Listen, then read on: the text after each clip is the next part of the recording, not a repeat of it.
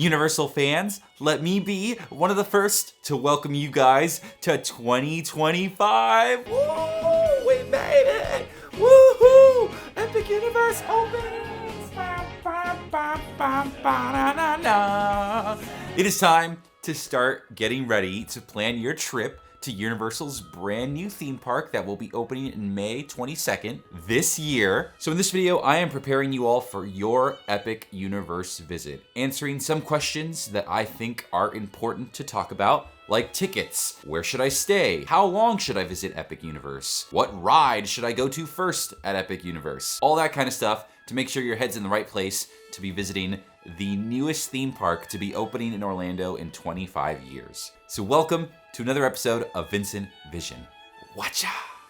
First things first, the most important thing you're gonna wanna know when it comes to Epic Universe is what tickets should I be buying to visit the brand new park. And out of everything in this video, I think this is the most likely to change after I post this video, because as of right now, there aren't that many ways to get into Epic Universe. Right now, there are only two ways to get in. There is a multi-day bundled ticket that everyone can buy that includes 2 days at Universal Studios, Islands of Adventure, and Volcano Bay, and then 1 day at Epic Universe. And the other one is something that's currently only available to annual pass holders. That is a single day ticket to the park. There will eventually be single day tickets that you can buy for Epic Universe, but there does not seem to be a multi-day Epic Universe ticket that's going to be available for sale, at least when the park first opens up. So if you're going to be trying to visit Epic Universe in the first year, you're more than likely going to have to buy a single day ticket for each of the visits. And we'll talk about like how many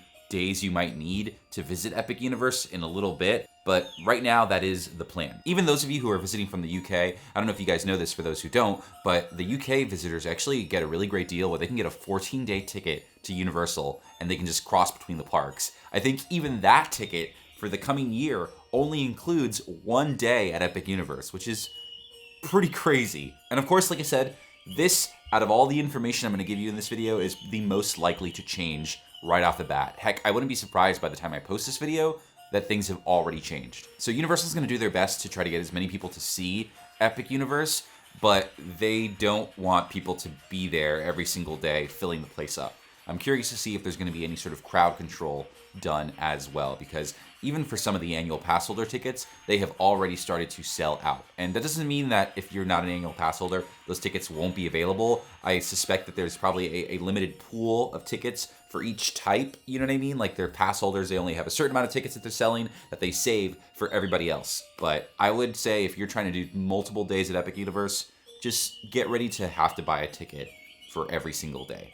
Now, once you've got your tickets for the brand new park, something that a lot of you are going to want to know as well is, how do I skip the lines at Epic Universe? Will Express be offered? Currently, as of recording this video, Express is not for sale at Epic Universe, though the Universal websites have mentioned that it will be available at a future date, so keep your eyes open for that. Something to take note of, and something that's an interesting development, which we'll get into a little bit later in the video as well, is that the big new hotel connected directly to the park, the Helios Grand Hotel, actually does not include Express. So if you're staying at any of the Lowe's-operated Universal hotels, it is still the big three that get the Express with your stay, which is the Hard Rock, Royal Pacific, and Portofino. Now, what I'm hoping doesn't happen is that they don't create this like Epic Universe Express where if you're staying at the hotels, that only works for Universal and Islands of Adventure, you know what I mean? But currently, whether or not you buy Express for the park individually, or if it's included with your hotel stay, Epic Universe is going to have Express in some capacity. Now, I don't know if every single ride is going to have Express. Universal tends to do this thing whenever there's a brand new ride at their park. It will not include Express for like the first couple months or maybe even years. Velocicoaster didn't open with Express. It got it, I think it took about a year for it to get the Express Pass. And then Hagrid's, which opened in 2019, still does not have Express almost 6 years later. That usually goes with like the popularity of a ride, but this is an entirely brand new park where everything's going to be popular. And there are some rides that I didn't think were going to have Express that actually do have Express. Donkey Kong's Minecart Madness just opened at Universal Studios Japan. This is a ride that I expected to not take Express at Epic Universe, but the ride was built with an Express line. They're using the Express at Universal Japan. Everything seems to be going fine over there, so that's a ride that I wouldn't be surprised comes with the Express. I would say if I were a betting man and I were to say there was one ride that did not have Express when it opened up, it would probably have to be Harry Potter and the Battle at the Ministry. That's going to be the big ride. Every single Harry Potter ride that's opened up has never had Express when it opened up. And even though this is an entirely brand new park, I think this is a really, really big, ambitious ride that due to the capacity, due to maybe the ride's reliability, I suspect this is a ride that's probably going to break down a lot, kind of like the Rise of the Resistance. I think it might not just have Express right at the start. So that's something to keep in mind. That might be the ride you might have to go first to, but we shall see. And as far as other skip the line products like VIP tours, Universal has said that they plan to do VIP tours at Epic Universe, though they are not for sale just like the Express Passes. Eventually they will be. Now, I think the big difference is going to be that if you're trying to do a VIP tour at Epic Universe, it's not going to be like the one here currently where you're doing both parks in one day. I think you're just going to do a tour for Epic Universe, which honestly, I think that's totally fine. It's a brand new theme park. Everything's going to have a 2 or 3 hour wait just to spend an entire day at the brand new park. I don't think anybody has a problem with that. Let's say you're not going to do Express and you just want to tough it out and you want to just spend as much time in the park as possible to see as many rides and experiences and things like that. How many days will you need to visit Epic Universe? I think that even though Universal is pushing 1-day visits to Epic Universe, I think 1 day is not enough. Especially if you're any sort of theme park fan or you like brand new stuff, you're going to need more than 1 day at Epic Universe. And not just like speaking on the crowds and things like that. To really see everything that this park has to offer. I recently had a brand new theme park experience, which is really great. I went to Universal Studios Japan, I went to Tokyo Disney Sea. Those are parks that I had never seen before, a whole new world for me, and obviously wanted to see as much as I could. And I spent 2 full days at all of the Japan parks. And to me, 2 days was adequate. I felt good, I felt satisfied, I had seen a lot. I didn't see everything, okay?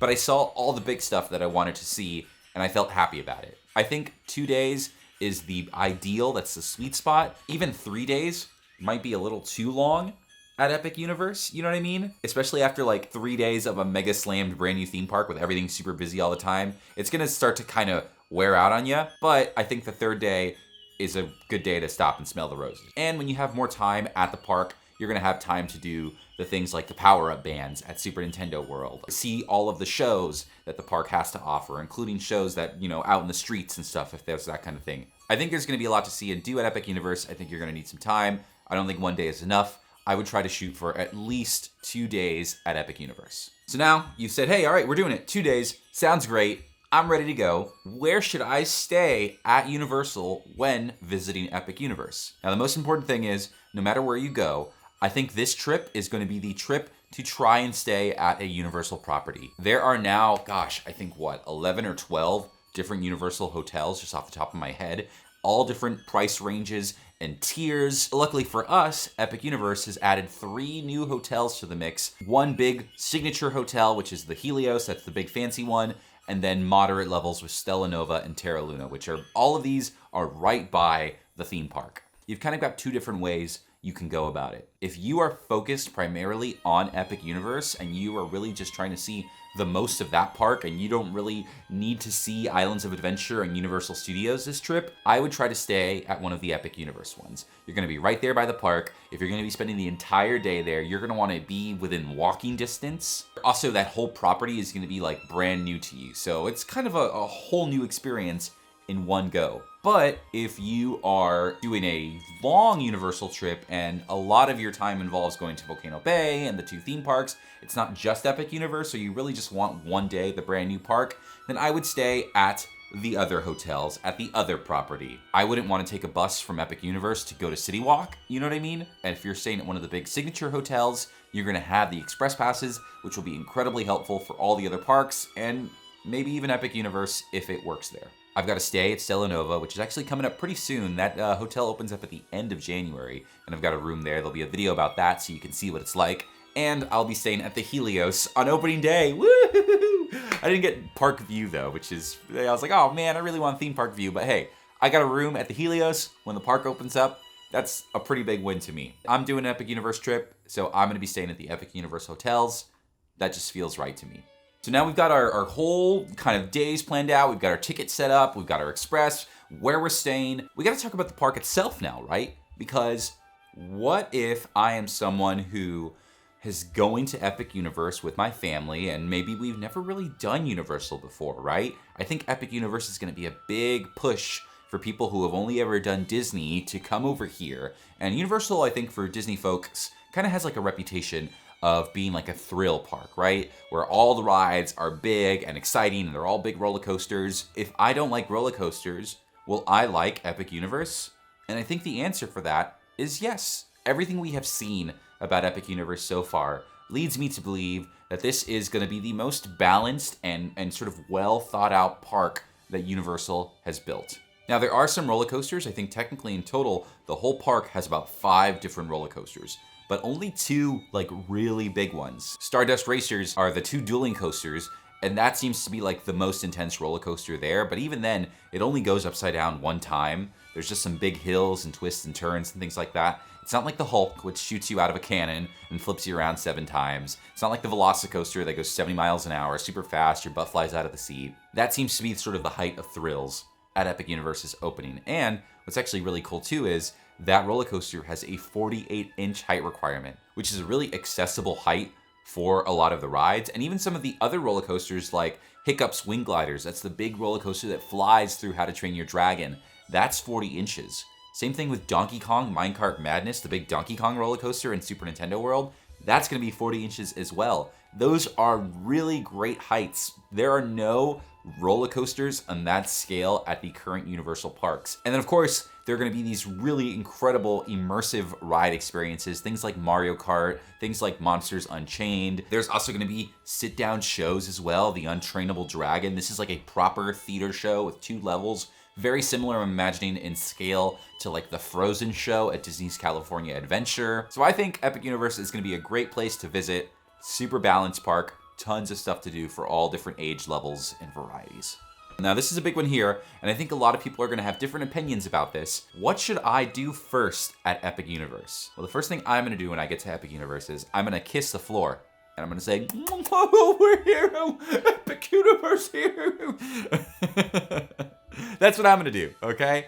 But once I do that, I've got 2 different choices to make. I think based off everything we know right now, there are 2 rides that you should go to first at Epic Universe, that you should rope drop, right? The first ride is Donkey Kong. That is going to be probably the most popular ride at Super Nintendo World, which I think as a whole, that land is going to be super popular. I think a lot of the people who visit Orlando have not gone to Universal Studios in California. They have not gone to Universal Studios Japan. So getting to experience Super Nintendo World for the first time, that place is going to be very, very busy. With all of the rides there, I think Donkey Kong is going to be the most standout. But see, the challenge that Donkey Kong has with it being popular is that it is a very low capacity ride. This ride just opened up at Universal Studios Japan, and we've seen videos and pictures of it. The little car that you sit on for this roller coaster only seats 4 people, which does not help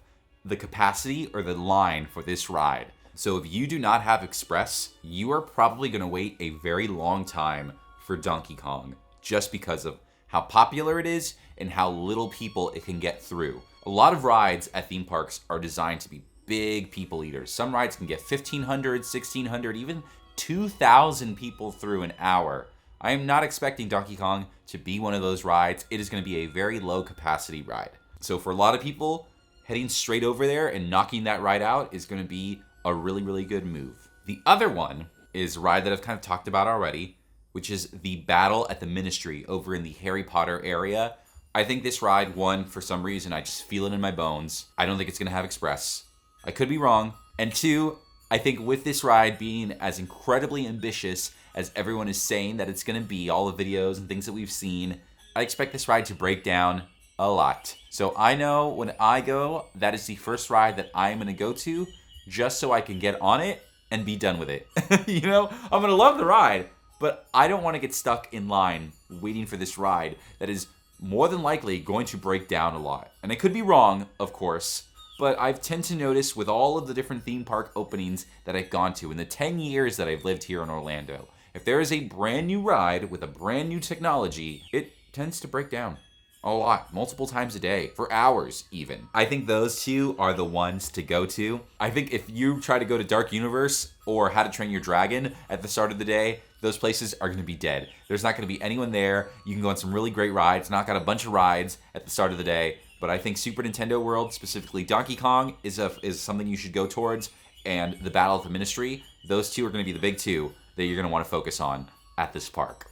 Now, you know what rides you want to do at the brand new park, but where should I eat at Epic Universe, huh? You gotta eat when you're there. Luckily for us, the park is gonna have tons and tons of food options. But just to like set you up for the different types of service levels that they're gonna have at the park, right now, based off what we know, that there's gonna be 2 full service restaurants at Epic Universe, both in Celestial Park. One of them is Atlantic. This is going to be steak and seafood, and the other is the Blue Dragon, which is going to be an Asian restaurant, Pan-Asian, so kind of all different types of Asian food. All the other lands will have their own food places, but they all, I think, are going to be quick service restaurants. So obviously there's the Toadstool Cafe from Super Nintendo World. That's going to be super popular, okay? But there's Das Steakhouse at Dark Universe. There is the Food Hall in How to Train Your Dragon. I think there's 2 restaurants in the Harry Potter area. There's going to be little sneaky snacks all around, which you don't know so much about just yet,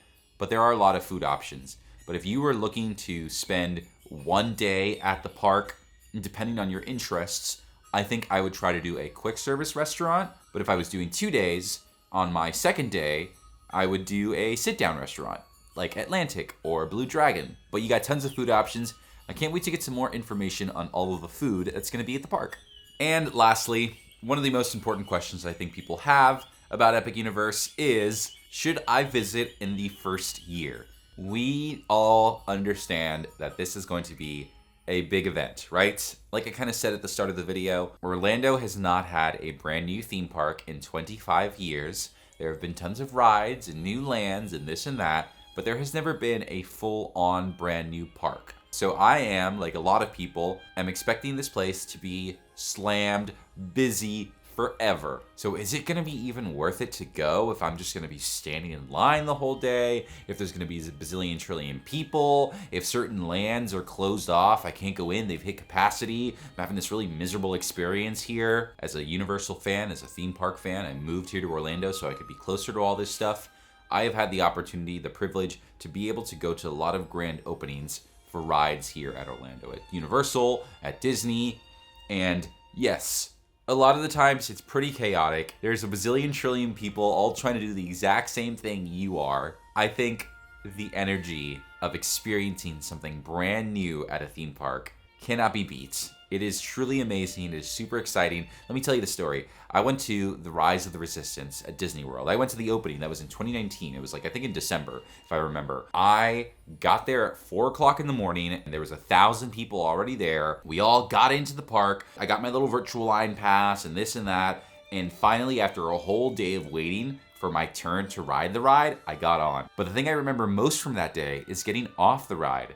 And just like the whole exit was crowded with people because everyone was talking about the ride. Little groups of people, strangers, people you had met in line, getting off and going, oh my gosh, and when the doors opened and the stormtroopers were there and we went and the Kylo Ren was there and the this and the that. Now imagine that, but for a brand new theme park where everything is new. I think people are going to be coming off of these rides and talking to each other and sharing their experiences and getting off the Harry Potter ride and going, oh my gosh, that was amazing when this and this happened and ba-ba-da-da-da-da. Like, it is just so cool to be there when it opens up. There is an excitement that, frankly, is probably not going to happen again for a really long time, This is going to be the first theme park that opens in my lifetime, and the next one will probably be when I'm 50 years old, you know what I mean? Also, too, the kind of like cynical element of it is that you are going to be going to the park when everything is working as intended. It's just a matter of fact that certain things don't last at the theme parks, and sometimes you'll go on a ride that has special effects that work, and a year later, it's done, and it never works again. One of the most famous, the Yeti at Expedition Everest. When the ride first opened up, it was moving, and it was this really impressive animatronic. It's something I never got to see in person, and very quickly, it broke down, and it has never worked again. And now it is the Disco Yeti. It's just a big statue there, and every time I ride that ride, I go, man, I wish I'd gotten to see that when it opened. Rise of the Resistance, those cannons, do you guys remember those cannons that would shoot out and they'd kind of get in front of the car? Those don't work anymore. That was such a cool part of the ride that doesn't work anymore. But I got to experience it because I was there. I bet you there's things on the Monsters ride and the Harry Potter ride that are gonna be there when the park first opens up that won't be there a year later, and that's just kind of how it is sometimes. So a part of me is saying go there, be there, so that you could experience the park at 100%, right? And of course, it's a brand new theme park. It's gonna be an amazing time. Just go there for that as well, because even though it might be crazy and hectic, you will have been there in the first year. And to me, as a theme park guy, that's pretty exciting. That's pretty epic, dare I say. Apart from that, as far as like questions go, those to me are really kind of like the big ones, right? I can't get into the nitty gritty of like ticket prices and when this is going to be available and this because I don't really know. I'm kind of on the same page with you guys on that. I just wanted to share my opinions as someone who loves Universal and has been doing videos about Universal for a very long time. Kind of what I think you should be thinking about with Epic Universe. And hopefully this video did help. If there is anything I didn't answer that you want to know about, please let me know down below in the comments. I love answering those questions. I'm sure others are going to want to answer those questions for you as well.